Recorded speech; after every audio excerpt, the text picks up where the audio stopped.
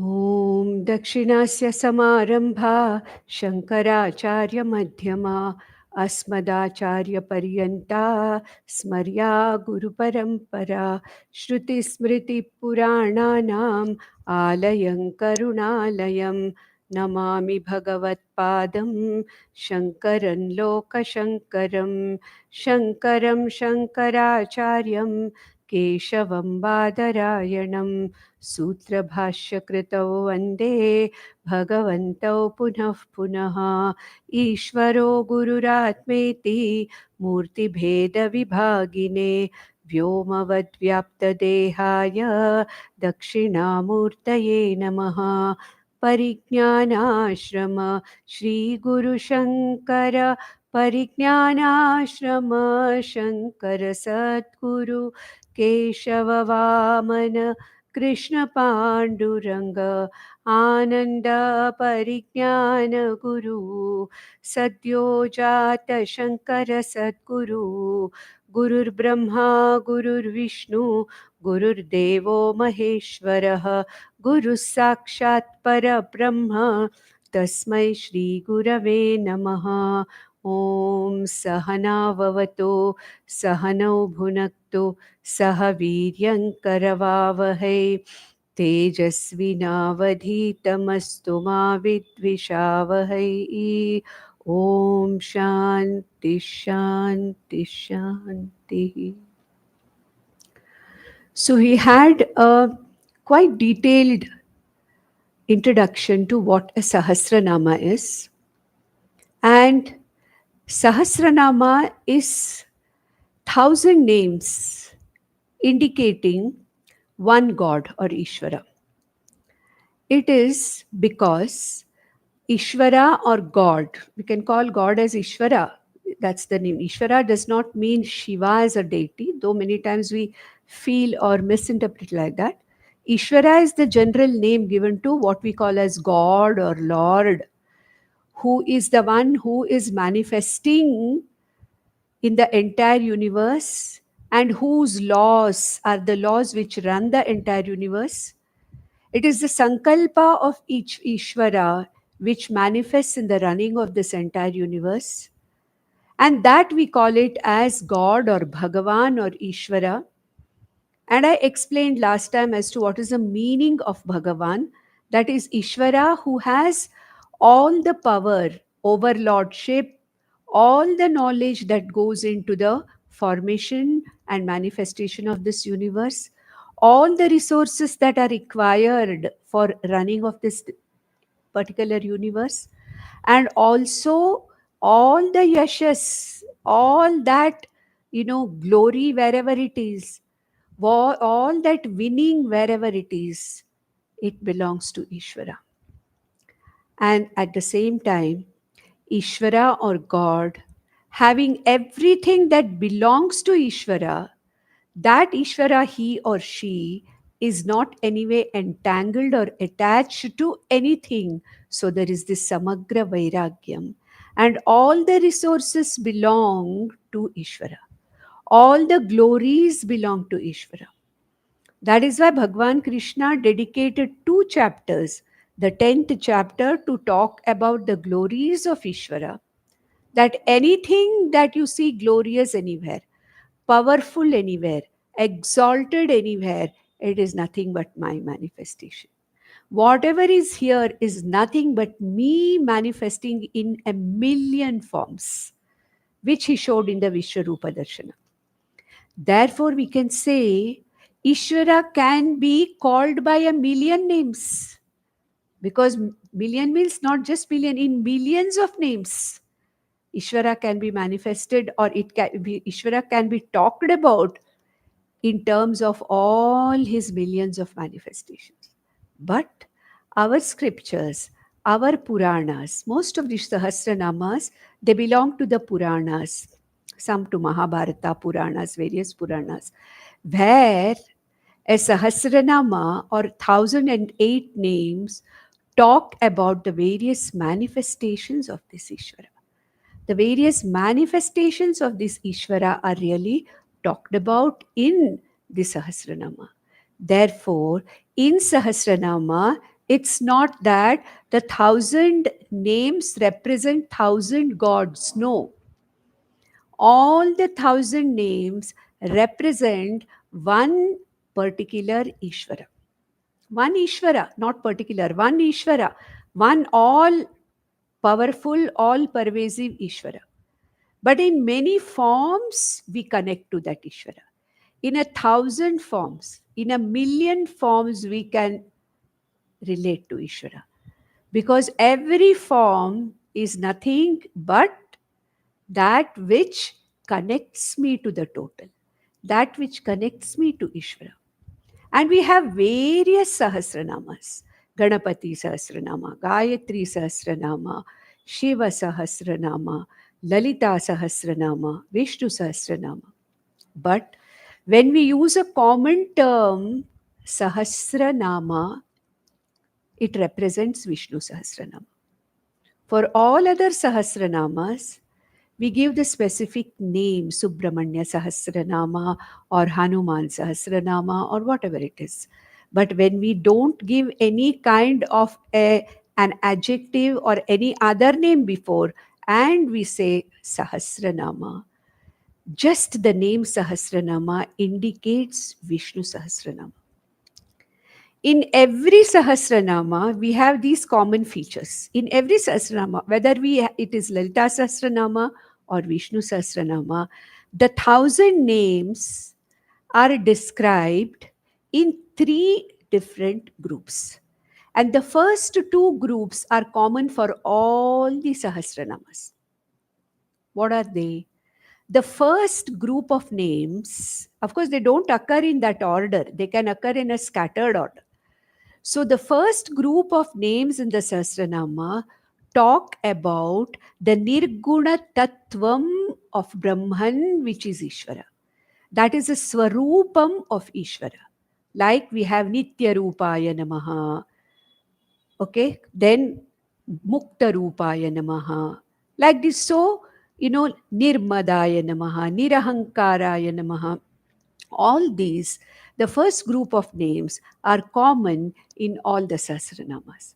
And they talk about the Swarupam of Ishvara as Brahman.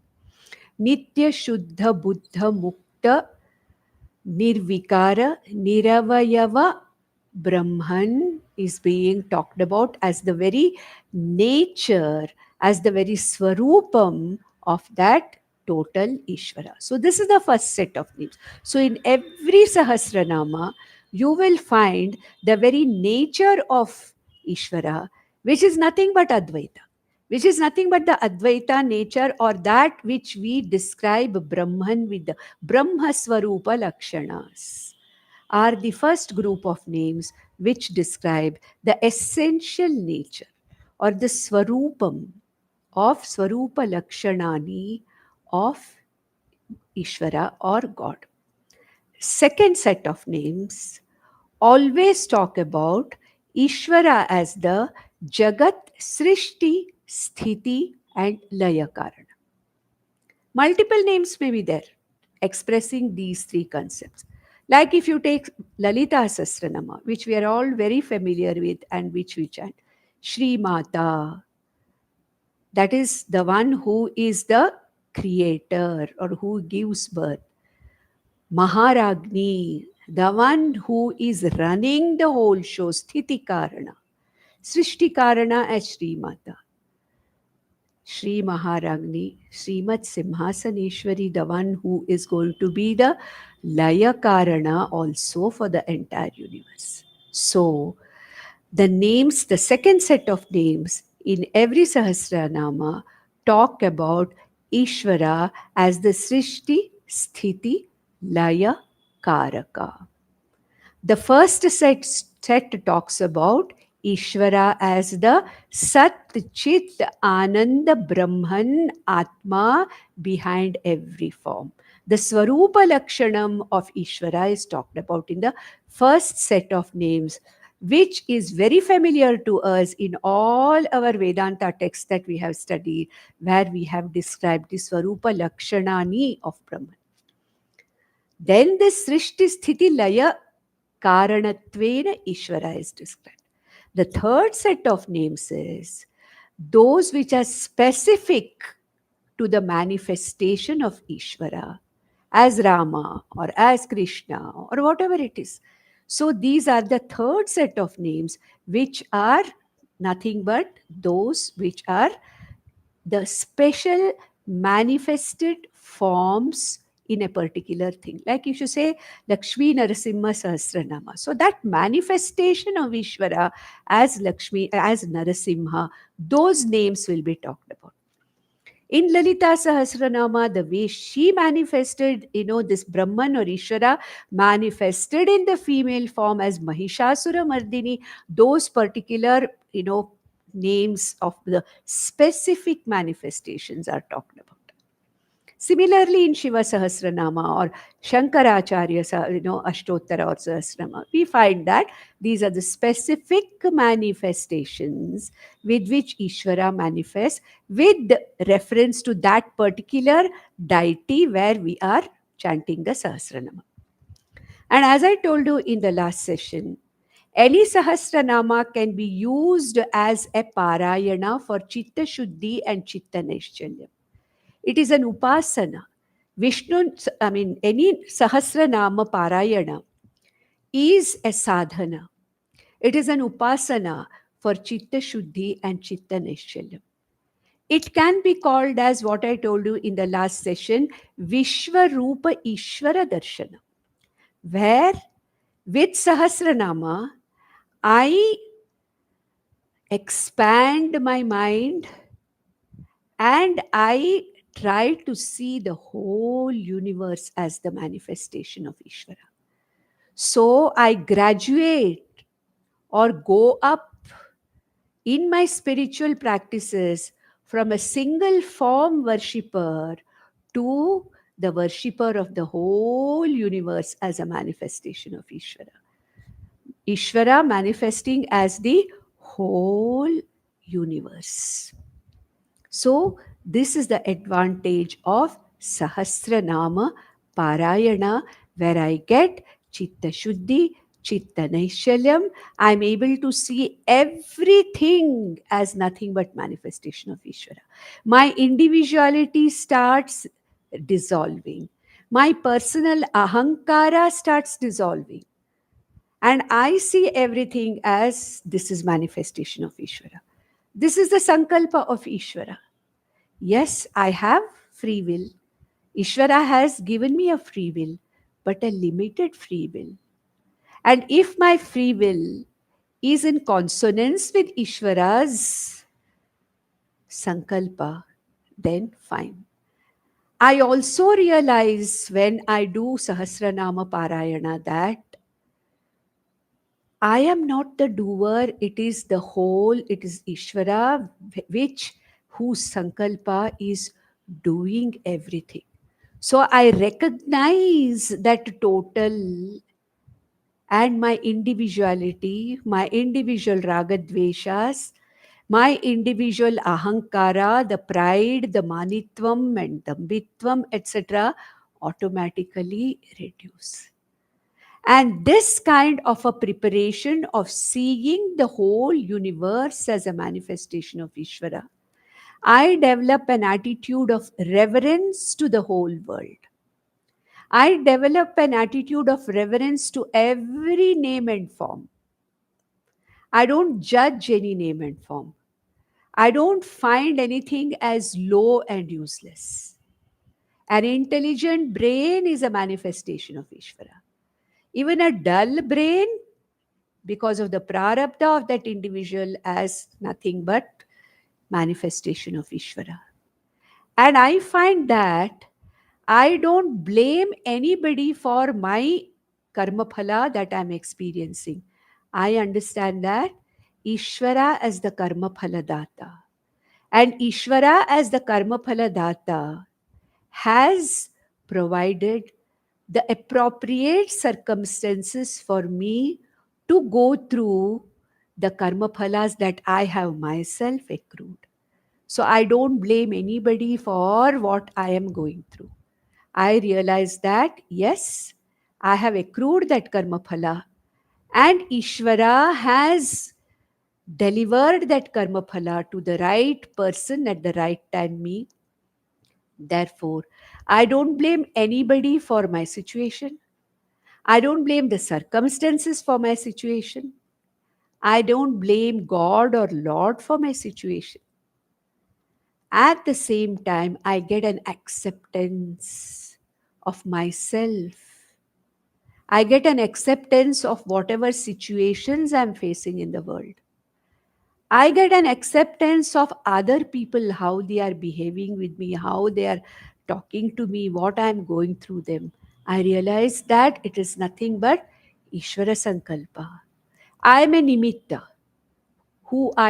This ahankara with the body, mind, sense complex is a mere nimitta.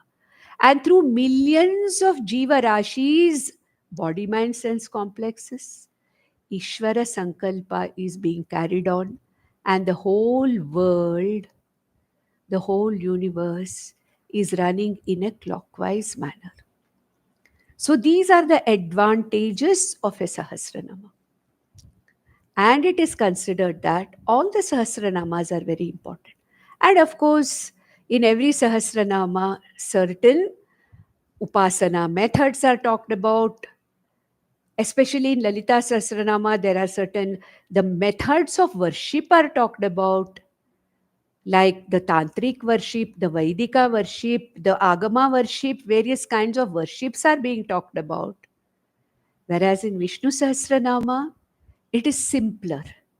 It is much simpler than the other Sahasranamas, because here Lord Vishnu is not only talked about in his essential form, but also talked about the Jagat Srishti Sthiti Laya Karana, and also in the Upadhi forms in which Lord Vishnu manifests in various forms.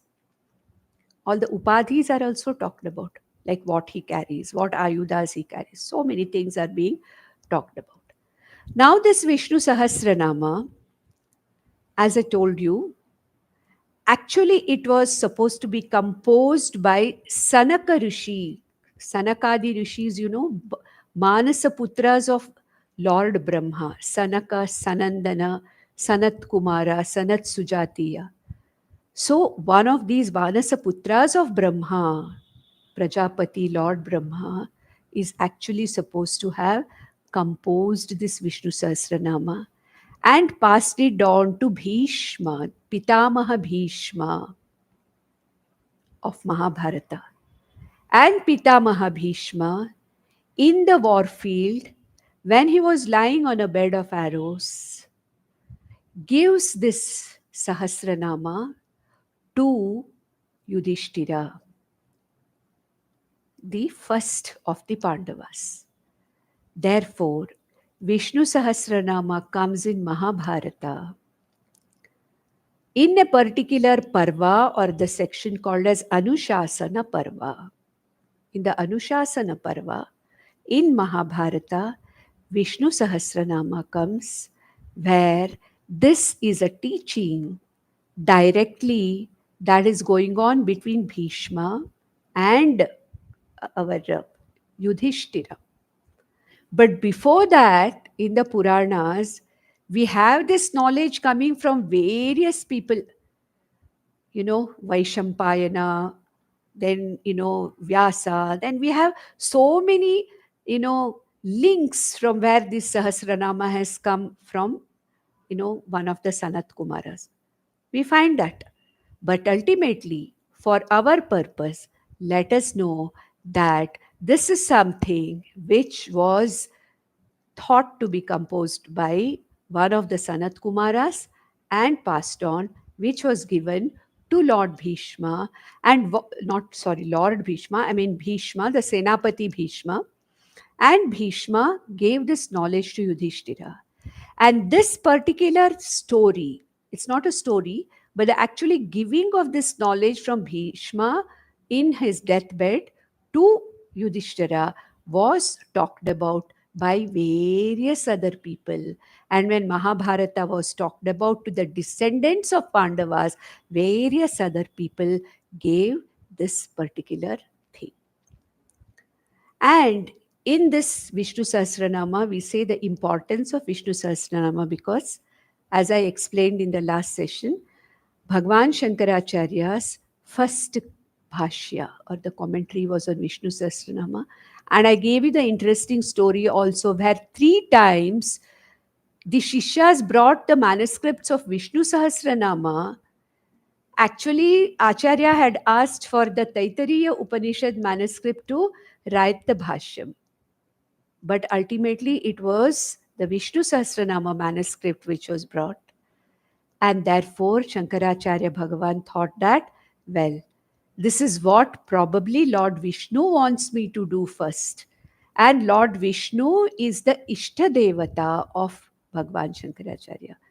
And the story goes that Bhagavan Shankaracharya wrote the first bhashyam on Vishnu Sahasranama. And whatever study we are doing now is based exactly on Vishnu Sahasranama's commentary by Bhagavan Shankaracharya. Whatever he has explained as the names, what is the explanation of names, that is going to be based on Bhagavan Shankara's bhashya. Now, as I told you, Vishnu Sahasranama commonly is used for Parayana.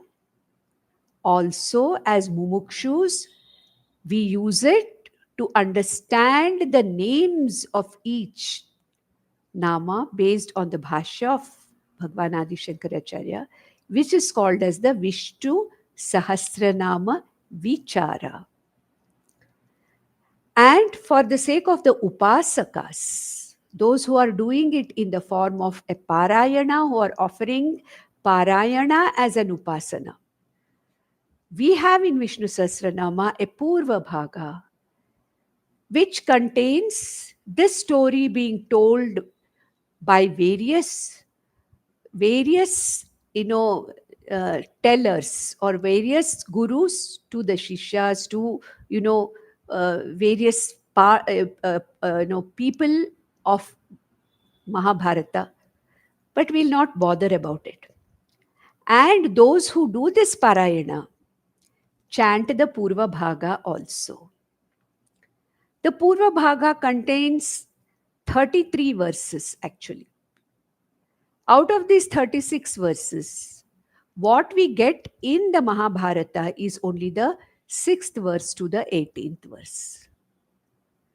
And then we have the Sahasranama Stotra, 107 verses in Anushtup Chandas. The Sahasranama Stotra is there.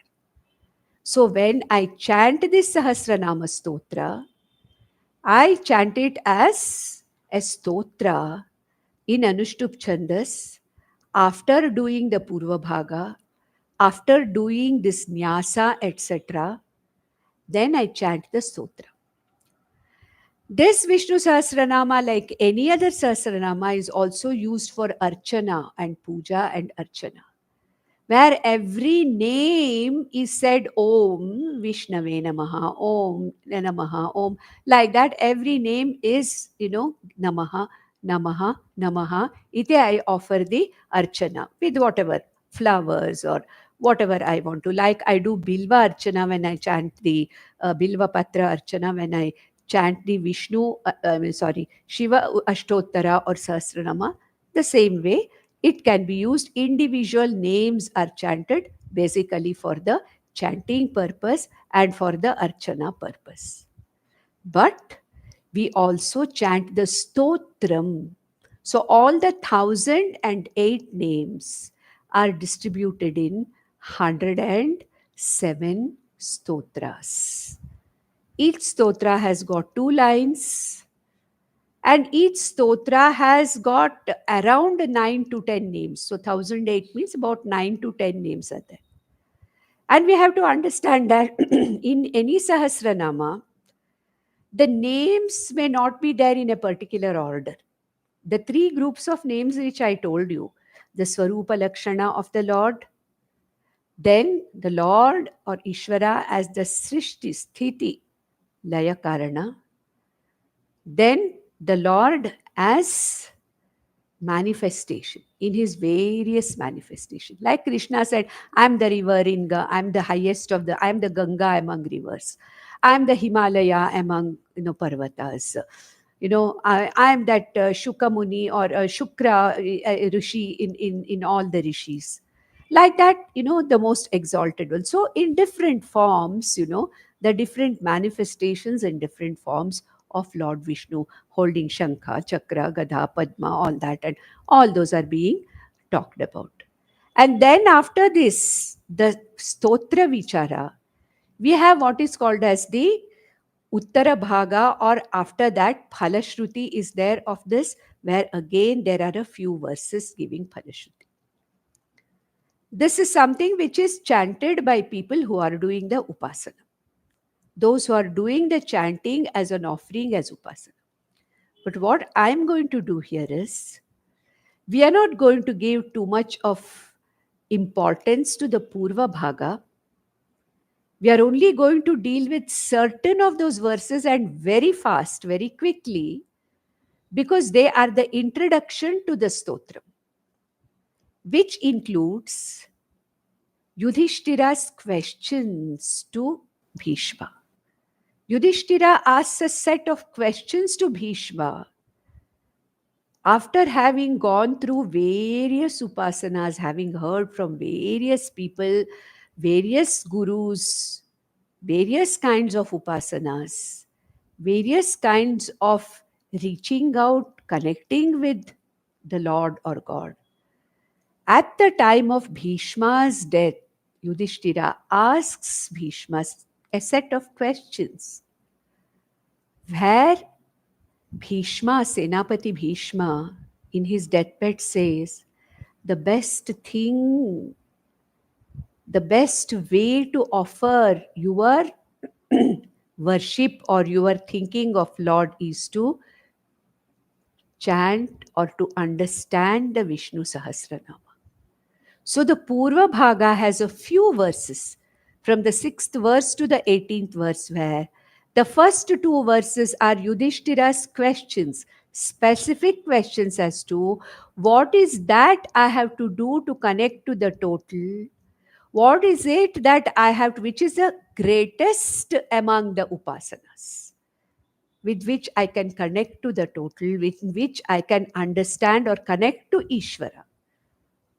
Is a set of questions in two verses where Bhishma gives this answer, and then that answer is elaborated in the Sahasranama Stotra Vibhaga, where we are going to see the meaning of each word. Then at the end of this, whatever is the next one as to what is the phalam and other things, we will not bother much, because we are not doing this here. We are trying to understand the meaning of Sahasranama. And just understanding the meaning of every name, trying to use or this Sahasranama for my spiritual development in the form of understanding these various manifestations of Ishvara itself is enough for my Chitta Shuddhi and Chitta Naishcharyam.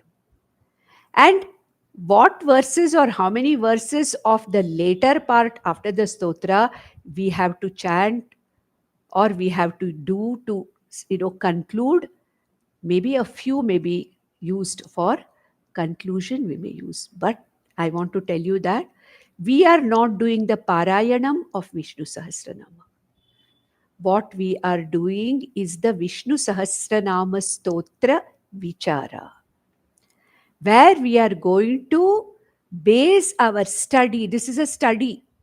This is a study of the Sahasranama to understand that Vishwarupa Ishvara, to broaden our intellects, expand our intellects, to subtlify our intellects, so that Atma Jnanam becomes more easily available to us. So this is going to be the pattern of our study. And 107 verses, which involve about maybe 9 or 10 each. One thing I would have to say is, many names are repeated. Many names are repeated. And therefore, when we study the meaning of the names, when we are going to the Vichara, Vichara means what? Understanding in depth the meaning of each name. That is what is called as Sahasranama Vichara, not simply Parayana. In Parayana, doesn't matter if we don't understand the meaning, like we are doing Bhashya Parayana.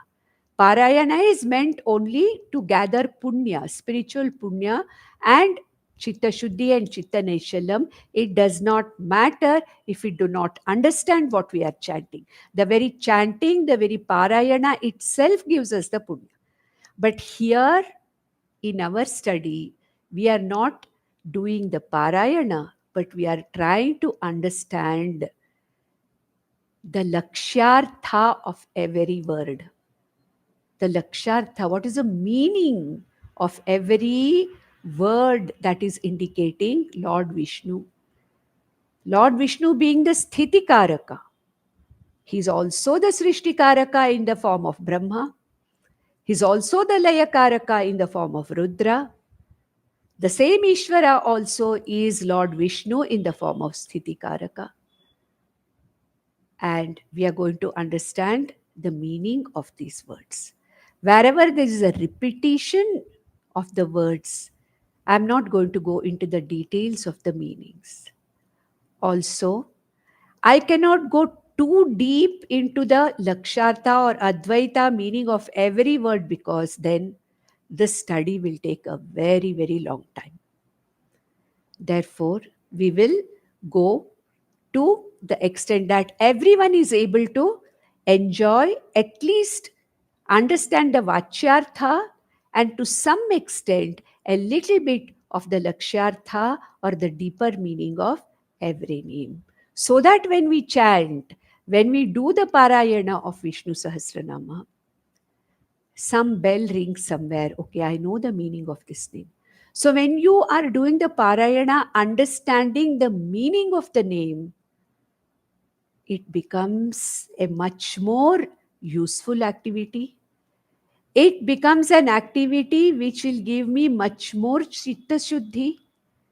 It becomes a much more spiritual activity. It forms a deeper connection with this individual, with Ishvara. Therefore, understanding the name that I am chanting is very, very important.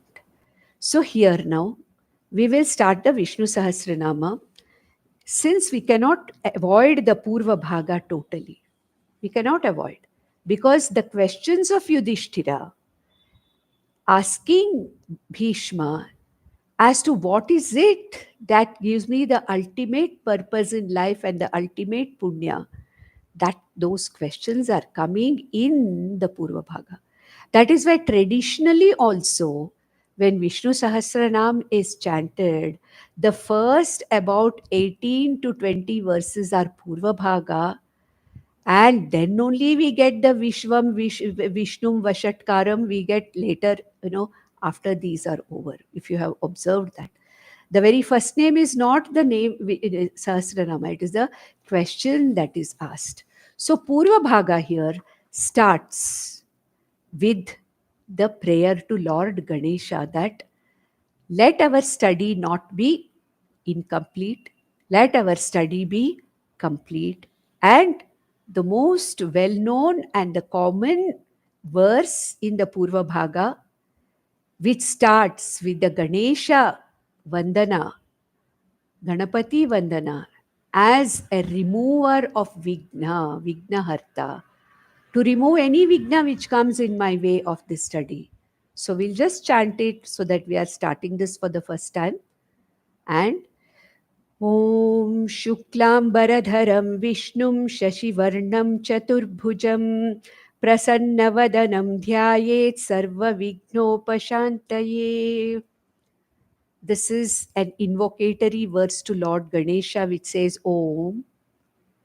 Every of our sacred literature starts with Om.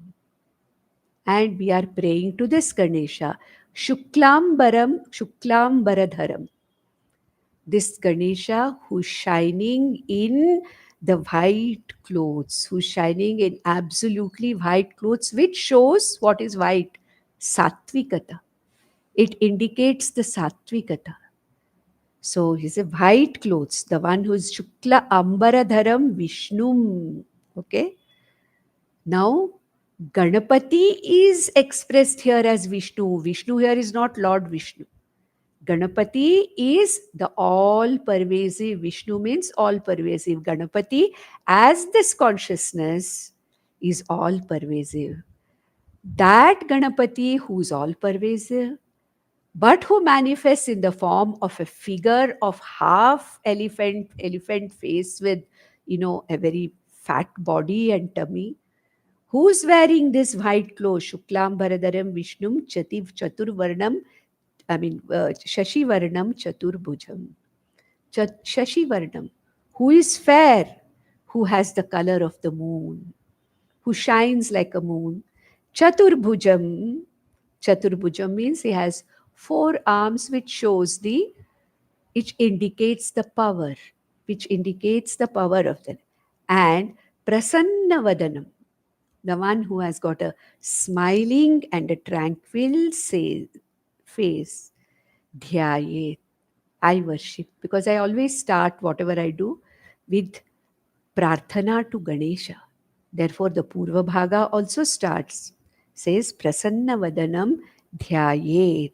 Okay, may one contemplate over this Prasanna Vadanam of this Ganapati Sarva Vignopashantaye, for all the vignas to be taken care of. What are the vignas? Adhyatmika vignas, Adibhautika vignas, Adhidaivika vignas. Like a Shantipata which we chant, the previous Upanishads. We have seen 3 Upanishads: Mundakopanishad, Kathopanishad, Kaivalyopanishad. We chanted the Shantipata for what? For removing all the obstacles to our study. Similarly, since we are taking a few verses from the Purva Bhaga which are relevant to our study, we are starting with the prayer to Ganpati that for the next, say, 40 or 50 classes which we may be taking for this particular text, let the speaker as well as the listeners have no vigna. Let the speaker as well as the listeners continue to hold on the interest in this. Let it not stop in the middle. Let the speaker and the listeners get all the benefits of the study of the Sahasranama. So we have started with this particular Ganapati invocation. Common mantra Shuklam Bharadharam. And then I'm not going to all the other, mantras where other shlokas here. They are not mantras, other shlokas. We are going to talk about who gave this to whom, who talked this to whom, Suta said this to whom, Vaishampayana said this to whom, and somebody said this to whom. All that is not necessary. We are not going to get anything out of it. Let us straight go to the questions asked by Yudhishthira. Which is the provoking factor, or which is the factor because of which Bhishma Pitamaha gave this wonderful knowledge, which he got from one of the Sanat Kumaras. Who are Sanat Kumaras? They are the Manasa Putras of Lord Brahma. And they went to Dakshinamurti for this knowledge. Which knowledge? Atmajnana, which we have seen in Dakshinamurti Stotram. Isn't it? Ultimately, who were the students? Who are the Shishyas of Dakshinamurti? Sanakadi Rishis. The Sanakadi Rishis, all great Rishis, aged Rishis, were the Shishyas, and a young looking Lord Shiva in the form of Adi Guru Dakshinamurti was the Guru who gave this. Okay, so now let us go to the first verse, which is the 6th verse in the Purva Bhaga. If you have the full Vishnusahasranamam, you will see that. Otherwise, the sixth verse where Shri Vaishampayana Uvacha. Vaishampayana, one of the rishis, he is giving this. What does he say? Shrutva dharmanasheshena pavanani cha sarvashaha yudhishtara shantanavam punarevabhyabhashata. I am chanting it like Gita, but we need not chant it. We can chant it in the Anushchup Chantak Janipura. Shrutva dharmanasheshena पावनानि च सर्वशः युधिष्ठिरः शान्तनवं पुनरेवाभ्यभाषत श्रुत्वा धर्मानशेषेण. Yudhishthira has heard of many kinds of sadhanas, many kinds of upayas. Pavanani sa sarvashaha. All very sacred upasanas he has heard about. But then Yudhishthiraha Shantanavam. Yudhishthira approached Shantanava. Who is Shantanava? Bhishma. Shantanu's son Bhishma is called as Shantanava. So Yudhishthira approached Punareva Abhyabhashata. He addressed. Who? Yudhishthira addressed Shantanava. Shantanava means Yudhishthira. And this is what is told by Vaishampayana when he's giving this story. Now let's not bother about why Vaishampayana Rishi is talking about it. Some third person is starting this story and saying, this story began when Yudhishthira, after having heard of many sacred upasanas, wanted to know that which is the highest, which can give me the benefit of this Atmajnanam. What is that? And he approached he approached Shantanava. Shantanava means who? Bhishma. And what is the question now? These are the important things. Yudhishthira Uvacha. Yudhishthira asked these questions. A set of questions he asked. He says, किमेकं दैवतं लोके किं वाप्येकं परायणं स्तुवन्तं कं कमर्चन्तः प्राप्नुयुर्मानवाः शुभम्.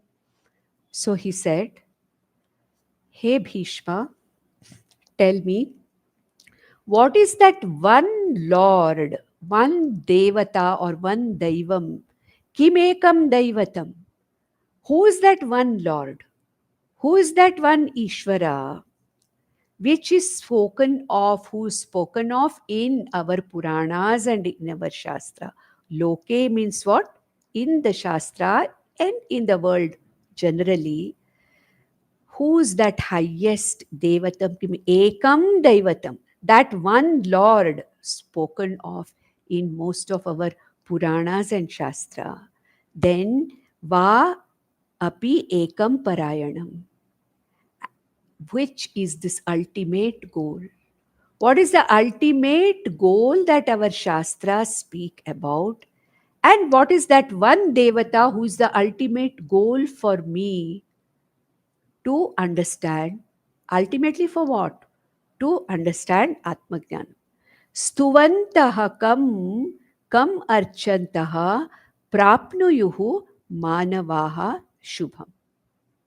Knowing whom and worshipping whom a human being gains the greatness, the auspiciousness, shubham apnuyuhu, shubham. Auspiciousness. What is the most important auspiciousness? Moksha. Ultimately, that is the most exalted goal of every human being. The most exalted, ultimately, Parayanam. What is that Parayanam? The ultimate goal. What he's asking is this particular thing. What is that? That is the first set of questions. And in this particular verse, there are more than one question. So you saw that. Then again, he asked the next set of questions.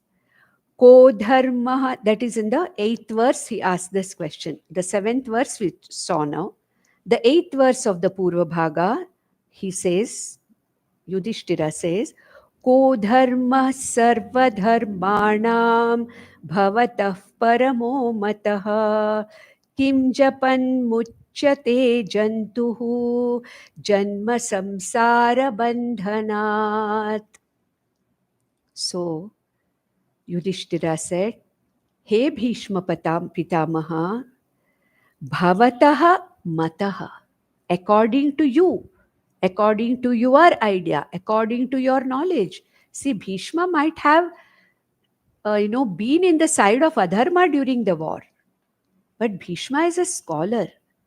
And Bhishma was one of the people in Mahabharata who saw the Vishwarupa Darshanam also. So Bhishma is not an ordinary person, but somehow he was bound by his, vows that he had taken, and because of which, he was bound to Adharma. But as a person, he was a very, very exalted person, Bhishma. And therefore, he was asked this question by Yudhishthira, according to you, hey Bhishma, ko dharmaha sarva dharmanam. Ko dharma sarva dharmanam. Okay? Dharma here means the means. Ko dharma paramam dharmana. Sarva dharmanam dharmaha paramaha dharmaha. Sarva dharmanam paramaha dharmaha. So according to you, which is the highest means, dharma here means among among all the sadhanas, which is that highest dharma or the highest sadhana, the highest means among all the sadhanas, chanting which, doing the parayana of which, doing the vichara of which, a jiva gets freed from the bondage of samsara. So, ko dharmaha paramaha sarva dharmanam, okay, bhavataha mataha, according to you, he Bhishma Pitamaha, which is the highest means among all the means, kim japan, by contemplating on which, by doing that particular sadhana, muchyate, who jivaha muchyate, gets freed from Janma samsara bandhana. From all the Janma samsara bandhana, a jiva gets freed. What is that means? And Japan, that means what? That ultimate end which I reach. What is the ultimate end? Vishnu is my ultimate end, means what? In Katopanishad, Vishnoho paramam padam, one attains, says Lord Yama. Here Vishnu means what? If you really take Vishnu, Vishnu can mean Vishnu with Shankha Chakra Gada Padma form also. Vishnu also means that Sarvagata Brahma Atma. So what is the means for me to ultimately reach my ultimate goal? These are the questions that are asked by whom? By Yudhishthira to Bhishma. And in the next few verses, before the Sahasranama starts, Senapati Bhishma gives the nature of this highest means and who is that. And then he gives the Sahasranama Stotra in the main portion in the Stotra Vibhaga. So let us see what Bhishma is going to talk about, that Paramam Ayanam, or that contemplating on which I will reach my ultimate goal. Ultimate goal of what? Becoming one with Vishnu.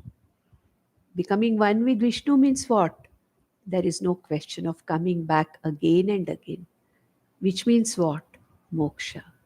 So ultimately, this is meant for Moksha Purushartha only.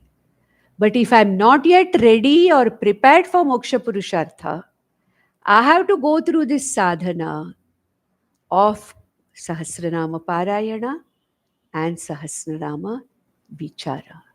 Sahasranama Vichara is as good as the Vichara of an Upanishad. Because all that we see in the Upanishad as the Lakshanas of Atma Brahman, you find in the Sahasranamas, all the Sahasranamas.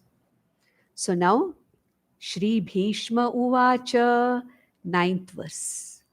So from the 6th verse to the 18th verse of Purva Bhaga, the dialogue between Yudhishthira and Bhishma Pitamaha explaining the exalted nature of and the importance of Vishnusahasranama Vichara.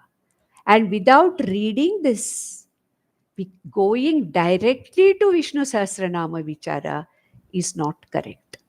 Because what is the nature of this Vishnu? Bhagwan, not Bhagwan, I don't know why I'm getting that. Bhishmacharya is going to tell in the next few verses as to what that particular Vishnu is. What is the ultimate Swarupam of that Vishnu? That is what he's going to talk about, which we have already seen in many of our Upanishads as to the Brahma Lakshanam or Ishvara Lakshanam. In Bhagavad Gita, in the 10th and 11th chapter also we have seen this. 9th chapter onwards, or from 7th chapter onwards to the 12th chapter, we have seen this Tatpada Vichara or Ishvara Vichara or Brahma Ishvara Vichara we have seen. Same thing is going to be talked about, where Vishnu as, the Vishwarupa, Bhagavan or Ishvara is being talked about here, which is the introduction which is absolutely necessary before we go to the main Sahasranama Vichara. So in the 9th verse, in the Purva Bhaga, now comes the next few verses of the answer of Pitamaha Bhishma to Yudhishthira. Bhishma Uvacha, Shri Bhishma Uvacha, Jagatprabhum Devadevam Anantam Purushottamam Stuvannama Sahasrena Purushas Satatotitaha. Okay, so he says that Jagat Prabhu, who is this Lord Vishnu?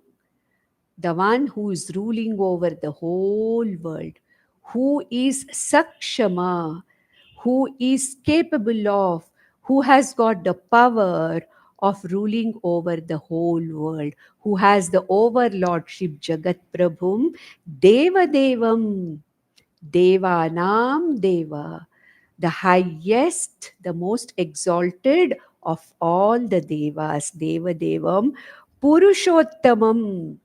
Purushottama Yoga we saw in the Bhagavad Gita. Lord Krishna says Purushottama. Here, Bhishma says it is that Purushottama. Lord Krishna calls himself as Brahman or Purushottama. Here, Vishnu is called as Purushotta. Jagat Prabhum, Deva Devam, Anantam. This Vishnu who is Anantam, all pervading. So, what are we seeing here? Lord Bhishma, Senapati Bhishma is explaining or, giving the very nature of Vishnu as what? As Brahman itself. He's giving the Swarupa Lakshan of Brahman for Vishnu. He says, Jagat Prabhum, Deva Devam. He starts the praising of this Vishnu whose Sahasranama is to be chanted. And who's that Vishnu? Jagat Prabhu, Deva Devaha, Anantaha, all pervading, everywhere, imperishable, infinite, Purushottama, the most exalted Atma Brahman Purushottamam, Sthuvan Nama Sahasrena. When you praise, Sthuvan means praise, or when you worship this Anantam Deva Devam Purushottam Jagat Prabhum Purushottamam Sahasra Nama Sahasrena Sthuvan Purushaha Satata Uttitaha. The one who is committed to moksha, satataha uttitaha means satataha, the Purusha who is committed all the time, satataha uttitaha, goes beyond all sorrow. That's what he asked, no? Yudhishthira, what is it that takes me beyond all sorrow? So, the Sahasranama of that particular Vishnu, who is that Vishnu? So and so. Before you start the Sahasranamam, this is the introduction to Lord Vishnu by Bhishma Pitamaha to Yudhishthira. In the 10th verse, he says, Tameva charchayan nityam bhaktya purushamavyayam dhyayan stuvan namasyancha yajamanastameva cha. Okay, so he says, Yajamanaha means the worshipper, the chanter, the one who is doing the stotram of this, praising, worshipping this Lord. Tameva cha archayan. That Anantam Sarvagatam Jagat Prabhum Vishnum Archayan with the Sahasranama, doing the Archana, Nityam Bhaktya Purusham Avyayam. In addition, this Vishnu is what? Uttama Purusha, Avyaya Purusha. Avyayam Purusham Bhaktya Archayan. With lot of bhakti means what? Bhakti means connecting oneself. Connecting oneself to that Ishvara, totally connecting oneself to this Ishvara. That is what is called as Bhakti. Bhaktya Archayan, Dhyayan Stuvan. Not only Archayan, Kayika, Dhyayan, contemplating, Stuvan, Kaya, Vacha, Manasa, worshipping this God. Namasyanscha, again Kaya, doing namaskara to this in the form of puja. Yajamanaha tamevacha. So what he says is, Yajamanaha means this worshipper goes beyond all sorrow. Okay. Then in the next verse, he says, in the 12th verse, in the 11th verse, as I told you, he's talking about the various Swarupa Lakshanas of this Lord Vishnu before going for the full Sahasranama. In the 11th verse, next verse, we are seeing the Purva Bhaga now, remember. Here, just Bhishma Pitamaha is introducing that Lord Vishnu in a very, very brief form before the Sahasranamas are talked about in the next section, which is the Stotra section. In the 11th verse, Pitamaha Bhishma says, Anadi Nidhanam Vishnum Sarvaloka Maheshwaram Lokadhyaksham Sthuvan Nityam Sarva Dukkhati Go Bhavet. It's almost like a Phalashruti. It's almost like what happens when you connect to Lord Vishnu with the Sahasranama. And with the Sahasranama, when you do the Archanam, Pujanam, Stotram, Sthuvanam, all that, when you do, what happens? This is almost like the Phalashruti he's giving initially itself. And he says, who is this person, Vishnu, to whom this Mumukshu is trying to worship with the Sahasranama for the ultimate benefit of moksha? Anadi Nidhanam, the one who is neither born nor who is dying. Vishnu, this Vishnu who is all pervading Brahman, Sarvaloka Maheshwaram. I think the time is getting, we'll see this verse, actually the 11th verse next time, because I won't be able to finish the 11th verse. So another half a session maybe we'll be going through this introductory verses of Bhishma, talking about the general nature of Lord Vishnu. Nandantu sadhaka sarve vinashyantu vidushakaha avastha shambhavi mestu prasannostu gurus sada sarve bhavantu sukhinaha sarve santu niramayaha sarve bhadrani pashyantu मा कश्चित् दुःखमाप्नुयात्. Om Shanti Shanti Shanti. Om Tat Sat.